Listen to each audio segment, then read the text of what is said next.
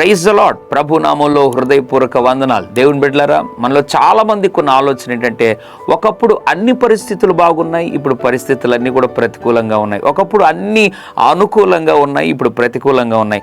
దేవునికి మేము నమ్మకంగానే ఉన్నామే, ఎందుకు మా జీవితాల్లో ఆశీర్వాదాలు కాస్త తగ్గాయి, దీవెన తగ్గింది అని రకరకాలుగా ప్రతికూల వాతావరణం పరిస్థితులను బట్టి దుఃఖము ఒకవేళ కలుగుతున్న సందర్భాలు ఉండొచ్చు.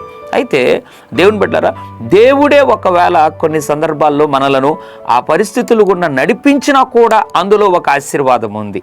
హెబ్రీయులకు రాసిన పత్రిక 12వ అధ్యాయం 6వ వచనం, ప్రభు తాను ప్రేమించు వానిని శిక్షించి తాను స్వీకరించు ప్రతి కుమారుని దండించును.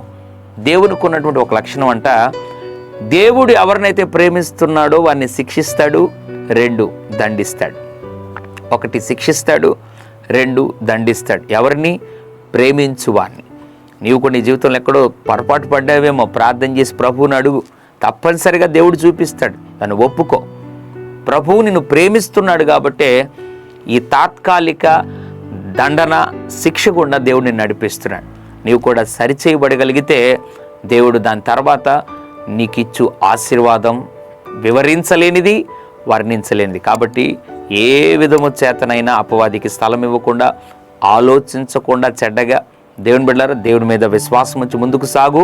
ప్రభువా, నన్ను నువ్వు ప్రేమిస్తున్నావు కాబట్టి ఈ పరిస్థితిని నువ్వు నాకు అనుమతించావు అని కూడా ఒప్పుకో. నిశ్చయముగా దేవుడు ఆ పిదప గొప్ప దీవెనలను నీకు, నీ కుటుంబానికి అనుగ్రహిస్తాడు. పరిశుద్ధుడ ప్రేమ తండ్రి, నీకు వందనాలు.